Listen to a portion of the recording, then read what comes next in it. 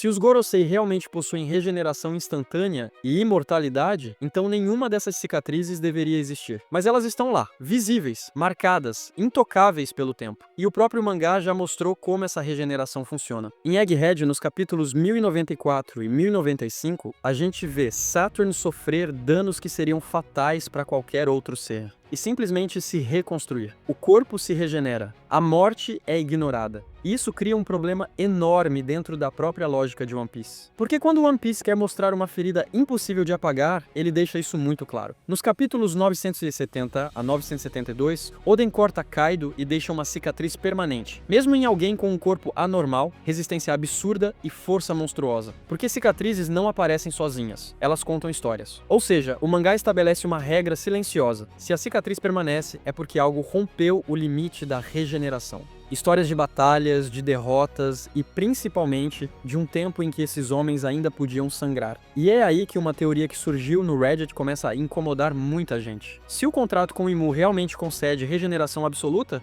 então essas marcas não poderiam ter sido feitas depois. Isso significa que os Gorosei já estavam feridos antes de conhecer Imu. E quando a gente começa a juntar essa ideia com os comentários, os contrapontos e as conexões com o passado do governo mundial, a imagem muda completamente. Essas cicatrizes deixam de ser apenas marcas de batalha e passam a ser as únicas provas de quem os Gorosei realmente foram antes de se tornarem aquilo que governam o mundo hoje. Para entender por que isso importa tanto, primeiro a gente precisa voltar à teoria que deu origem a tudo isso.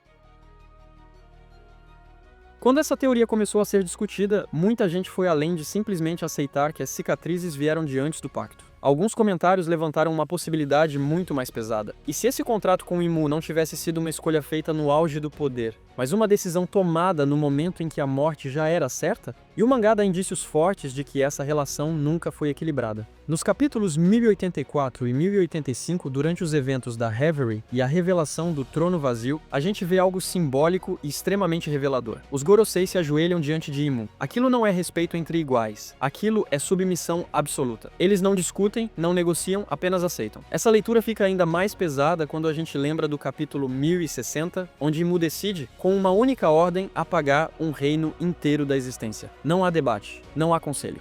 Existe apenas obediência imediata. Dentro desse contexto, a ideia do pacto muda completamente de forma. A teoria passa a enxergar esse contrato não como uma recompensa divina, mas como uma última saída. Guerreiros feridos mortalmente, derrotados em batalhas que não podiam vencer, recebendo uma única oferta para continuar vivos. Não como homens livres, mas como ferramentas eternas. Esse cenário muda completamente o significado das cicatrizes. Elas deixam de ser apenas marcas de guerras antigas e passam a representar o exato instante em que os Gorosei perderam tudo o que tinham, menos a própria vida. Isso explica muita coisa. Explica por que eles obedecem Imu sem questionar. Explica o medo visível que demonstram quando estão diante dele. Explica até o contraste entre a postura arrogante diante do mundo e a submissão absoluta quando o verdadeiro poder aparece. Na minha leitura, esse pacto não parece um prêmio. Parece uma sentença. Uma troca injusta, feita quando já não havia alternativa. E quanto mais essa ideia faz sentido, mais os Gorosei deixam de parecer deuses e passam a parecer sobreviventes presos a um erro que não pode mais ser desfeito. Mas aceitar um contrato no limite da morte não acontece com qualquer pessoa. Imu não faria esse tipo de oferta para homens comuns, nem para figuras descartáveis. Para chegar até esse ponto, os Gorosei precisavam ter algo muito específico: força real, experiência de guerra e um histórico que justificasse serem mantidos vivos a qualquer custo. E é exatamente aí que a discussão avança para o próximo ponto. Porque tudo indica que eles já eram guerreiros muito antes de qualquer pacto existir. Eles já eram guerreiros antes do pacto. Quanto mais essa teoria avança, mais difícil fica sustentar a ideia de que os Gorosei surgiram do nada como figuras puramente políticas. As próprias cicatrizes contam outra história. Elas não parecem marcas aleatórias, nem ferimentos comuns. São sinais claros de quem esteve em combate real, em guerras que deixaram consequências permanentes. E o mangá reforça isso de forma silenciosa, mas muito consistente. No capítulo 1037, por exemplo, os Gorosei demonstram um conhecimento profundo demais sobre Nika, Akuma no Mi, apagadas da história e as consequências do século perdido. Esse tipo de compreensão não vem apenas de registros ou livros antigos. Vem de quem viveu conflitos, tomou decisões em momentos críticos e presenciou o impacto real dessas forças no mundo. Muitos comentários apontam exatamente para isso. Ninguém chega ao topo do governo mundial sem provar força. Antes de se tornarem anciãos, os Gorosei muito provavelmente já atuavam como armas do próprio sistema. cavaleiros, executores ou líderes militares em conflitos antigos. Essa ideia ganha ainda mais força quando o mangá revela, nos capítulos 1086 e 1087, a existência dos Cavaleiros Divinos e os eventos ligados a God Valley. Isso deixa claro que o governo mundial nunca se sustentou apenas com política e autoridade simbólica. Ele sempre contou com força militar de elite, usada quando o controle precisava ser absoluto. E isso encaixa perfeitamente com o comportamento dos próprios Gorosei. A forma como analisam batalhas, como reconhecem ameaças e como tratam nomes como Joy Boy, Nika ou Rox não parece teórica. Não é discurso acadêmico, é leitura de quem entende o peso real desses nomes no campo de batalha. Na minha visão, essas cicatrizes funcionam quase como um currículo. Não são falhas, são credenciais. Provas de que esses homens já sobreviveram a confrontos que a maioria sequer entenderia. E isso muda completamente a narrativa. O pacto com Imu não transformou civis em monstros. Ele apenas elevou guerreiros já moldados pela guerra a um nível onde não existe mais retorno. Mas se eles já eram guerreiros antes do pacto, então surge um detalhe ainda mais importante. Nem todos os servos de Imu parecem receber o mesmo tipo de poder. Alguns envelhecem, outros não. Alguns regeneram. Outros apenas resistem. E é exatamente aí que começa a ganhar força uma nova ideia nos comentários. A possibilidade de que o contrato com o Imu não seja único, mas dividido em níveis. À medida que os comentários avançavam, uma ideia começou a se repetir com força. O contrato com o Imu não funciona da mesma forma para todos. Em vez de um pacto único, o que parece existir é uma hierarquia de contratos, cada um concedendo benefícios diferentes e exigindo um preço diferente. Essa leitura começa a ganhar corpo quando a gente observa diretamente o que o mangá mostra. No capítulo 1095, durante os eventos de Egghead, Saturn demonstra algo que vai além de resistência comum. Ele sofre danos fatais, tem o corpo perfurado, dilacerado e ainda assim se reconstrói diante dos nossos olhos. Não é apenas regeneração. É controle absoluto sobre o próprio corpo, como se a morte simplesmente não fosse mais uma opção disponível para ele. Mas esse poder não é universal. No capítulo 1087, Garland aparece em God Valley com uma presença absurda, claramente acima da média do mundo. Ainda assim, existe um detalhe impossível de ignorar. Ele envelheceu. O tempo passou para Garland, mesmo com toda a sua força e posição elevada dentro da estrutura do governo mundial.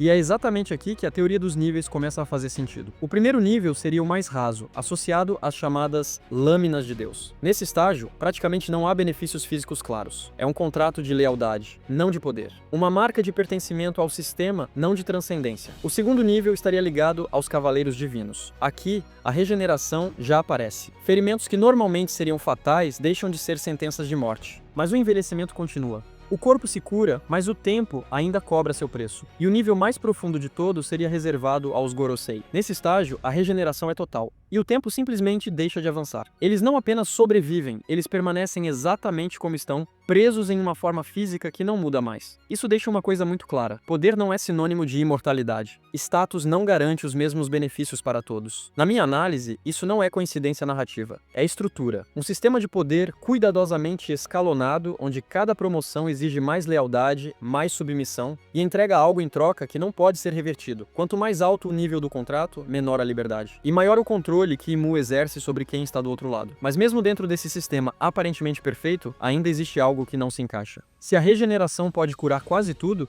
se o tempo pode ser interrompido, então por que algumas cicatrizes continuam ali? Porque talvez essas marcas não sejam ferimentos comuns. Talvez sejam as únicas coisas que nem mesmo o contrato com o Imu consegue apagar. As cicatrizes que nem Imu consegue apagar. Se o contrato com o Imu concede regeneração quase absoluta, então as cicatrizes nos Gorosei não podem ser tratadas como simples ferimentos. Elas permanecem porque algo ou alguém foi capaz de ultrapassar os limites desse poder. E quanto mais a gente cruza essa ideia com o que o mangá já mostrou, mais claro isso fica. Nos capítulos 1043 e 1044, no momento em que Nika desperta através de Luffy, a reação do governo mundial é imediata. E não é estratégica, é emocional. Não há cálculo, não há calma. Há pânico. Um pânico que não combina com uma instituição que governa o mundo há séculos, a menos que aquilo que eles estejam vendo não seja algo novo, mas algo que já os feriu no passado. Isso conecta diretamente com o que Vegapunk revela no capítulo 1067. O século perdido não foi apagado por curiosidade acadêmica ou controle narrativo comum. Ele foi apagado por medo. Medo de que certas ideias, certas forças e certas vontades voltassem a existir. E medo, em One Piece, nunca surge do nada. Ele nasce da experiência. É por isso que muitos comentários convergem para a mesma conclusão. Essas cicatrizes podem ter sido causadas por figuras ligadas ao século perdido. Talvez o próprio Joy Boy, ou usuários de um poder semelhante ao de Nika. Um poder que não ataca apenas o corpo, mas rompe conceitos, contratos e autoridades impostas. Isso explicaria por que essas marcas não desaparecem. Elas não são apenas feridas físicas. São cicatrizes deixadas por algo que confrontou diretamente a origem do sistema atual. Algo que nem mesmo o pacto com Imu conseguiu apagar completamente. Na minha visão, essas feridas funcionam como lembretes constantes, não de derrota, mas de medo. O medo de que aquele mesmo tipo de força, aquela mesma liberdade absurda e imprevisível, volte a caminhar pelo mundo. E talvez seja exatamente por isso que nomes como Joy Boy, Nika e até o Chapéu de Palha Congelado recebem um tratamento tão diferente dentro do governo mundial. Porque se alguém no passado foi capaz de ferir os Gorosei mesmo sob a proteção de Imu, então esse poder não é uma lenda, ele é uma ameaça recorrente. E se essas cicatrizes são provas de um passado que o governo tenta desesperadamente apagar, então a pergunta final não é quem feriu os Gorosei. A pergunta real é: o que exatamente eles estão tentando impedir que volte a acontecer?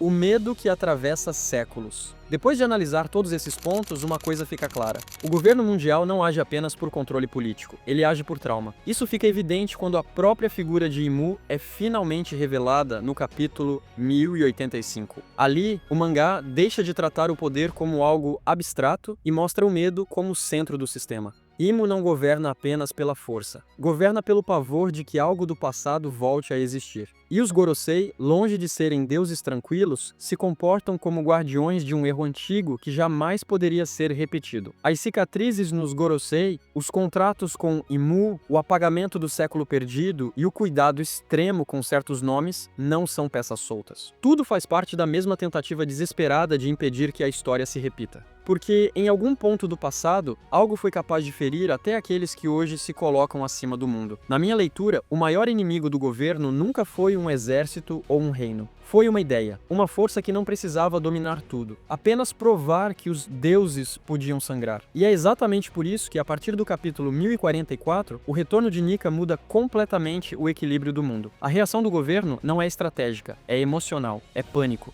Porque Nika não representa apenas liberdade, ele representa memória. Ele é a prova viva de que aquele poder antigo, capaz de romper contratos, ferir deuses e deixar cicatrizes eternas, não desapareceu por completo. O passado deixou marcas que nem o poder de Imu conseguiu apagar. E se essas marcas ainda existem, então o futuro pode estar prestes a fazer o mesmo. Se essa teoria fizer sentido pra você, deixa o like pra fortalecer o vídeo. Se não concorda, comenta o que você enxerga diferente, porque One Piece sempre se constrói no debate. E se quiser continuar explorando os mistérios que o governo mundial tenta esconder, se inscreve no canal, porque essa história ainda está longe de acabar.